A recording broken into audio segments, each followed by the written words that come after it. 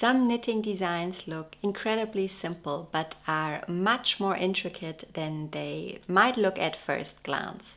And over the past few years, one knitwear designer in particular has become known for exactly that. She is a Danish knitwear designer whose design aesthetic sits somewhere between the Scandinavian simplicity and almost architectural details. But the question is Anne Ventzel actually worth the hype?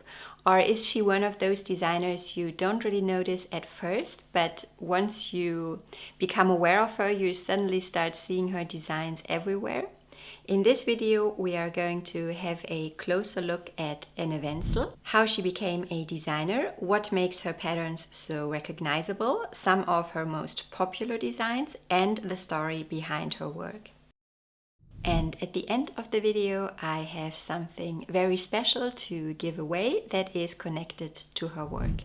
Origin story. Anne Ventzel grew up in Denmark, in the city of Odense, and creativity was always a big part of her life. She was knitting, sewing, and drawing from an early age, making clothes for her dolls.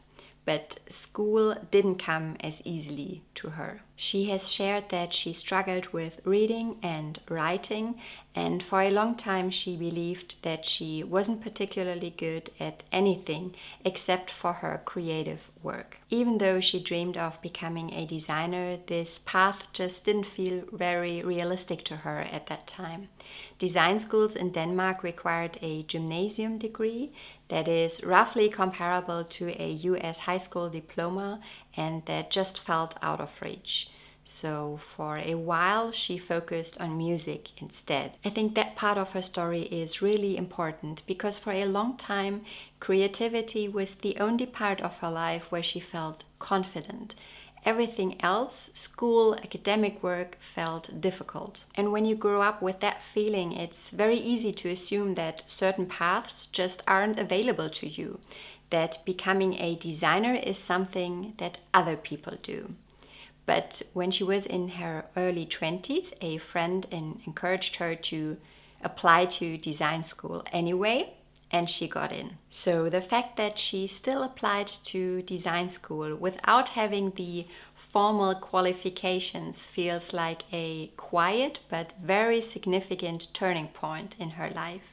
Because I think sometimes it's so easy to assume that, or to just take for granted the things that come naturally to us. But it is so worth taking our strengths seriously, even if they don't seem like to be the safe path. And after graduating, she worked 20 years in the fashion industry, working for major Danish fashion brands like Bruns Besar, Selected Femme, and Inwear. And then in 2022, she made the decision to fully focus on her own knitwear design business. And she said that this decision definitely wasn't an easy one, but it was for sure the right one. Because for the first time, the whole creative process was fully hers. Signature style. So what makes Anne Ventzel's designs so distinctive? There are a couple of things that stand out. First, her use of color work. It's very different from traditional Nordic patterns, which are often more geometric and repetitive. Her motifs feel softer somehow, almost like they move across the fabric instead of sitting rigidly on top of it. Then there is the balance in her designs. The silhouettes are often quite simple, classic sweaters, relaxed fits, very wearable shapes. But within that simplicity, she adds small details, texture, color transitions, or subtle construction elements that make the knitting process much more interesting. And I think that is one of the reasons why so many knitters are drawn to her designs. It's not only about how the finished garment looks, it's also about how it feels to make and then later on wear it. And I think it's also interesting to look at this at a slightly bigger context, because Anne Ventzel is part of a group of Danish knitwear designers that have become incredibly popular and influential over the past couple of years. Designers like Petite Knit, My Favorite Things Knitwear, Knitting for Olive, or Lene Holme Samsø. And what they all seem to have in common is a way of creating knitting patterns that feel both modern but incredibly rooted in craft at the same time. They are not just designing for the sake of technique, they are designing pieces that people actually want to wear in their everyday lives.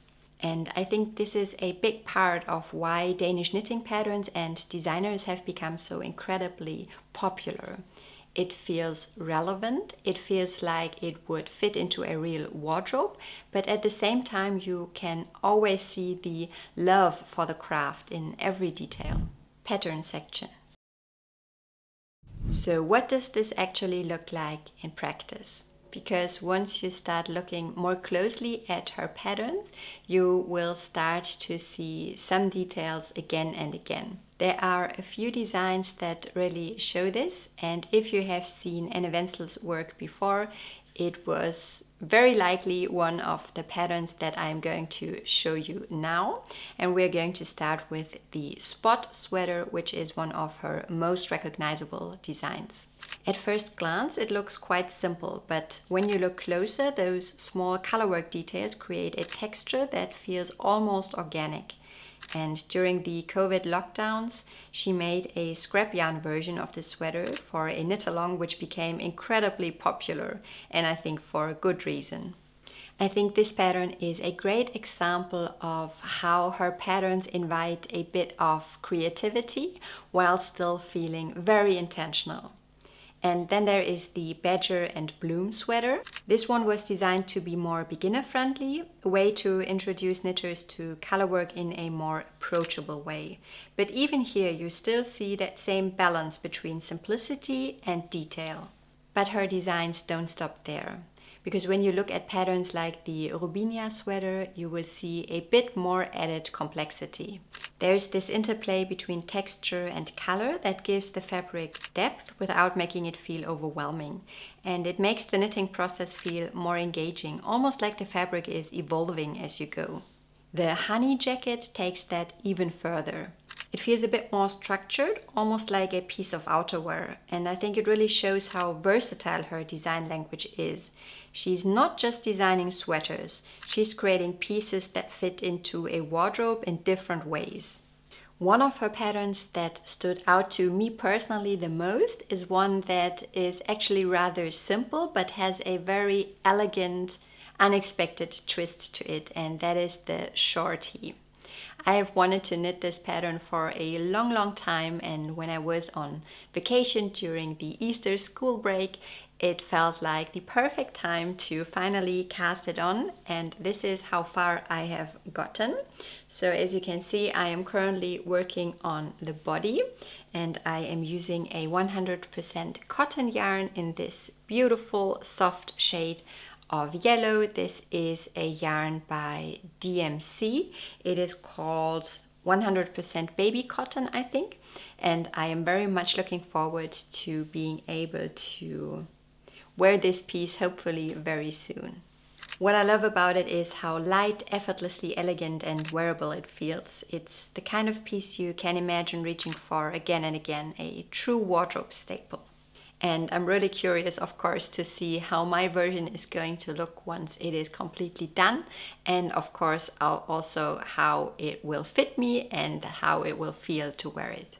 And then there is one design by Anne Ventzel that carries a completely different kind of meaning, and that is the Balabeanie.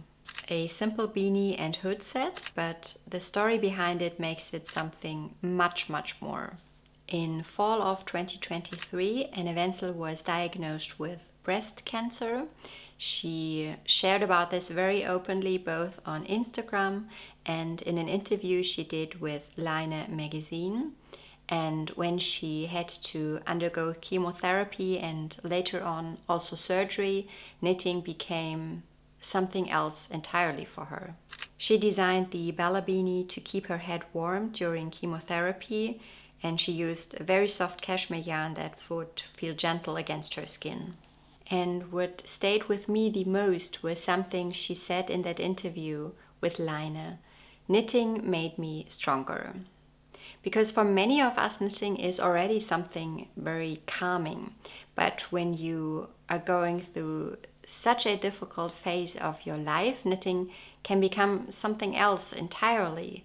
When everything seems out of your control, knitting becomes something to focus on and something you can control. That is something many of us can relate to, even if we haven't undergone quite as severe, life-threatening situations like this, because knitting has this very quiet way of grounding you. You sit down, you pick up your needles, and suddenly your focus shifts from everything that feels overwhelming to something you can hold in your hands, something you can move forward, one stitch at a time.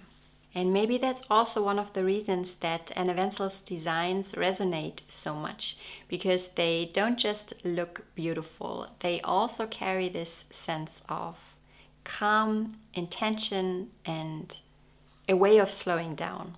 Anne Ventzel chose to share her experience openly, and she received an overwhelming amount of support in return. And today she is cancer-free. And when she talks about her life now, she says, "I just love my everyday life."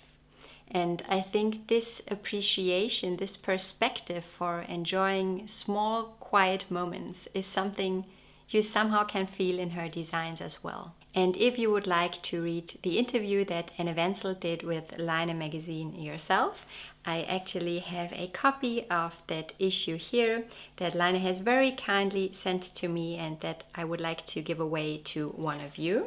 Let me quickly show you the interview. Here it is, also containing the quote that I talked about.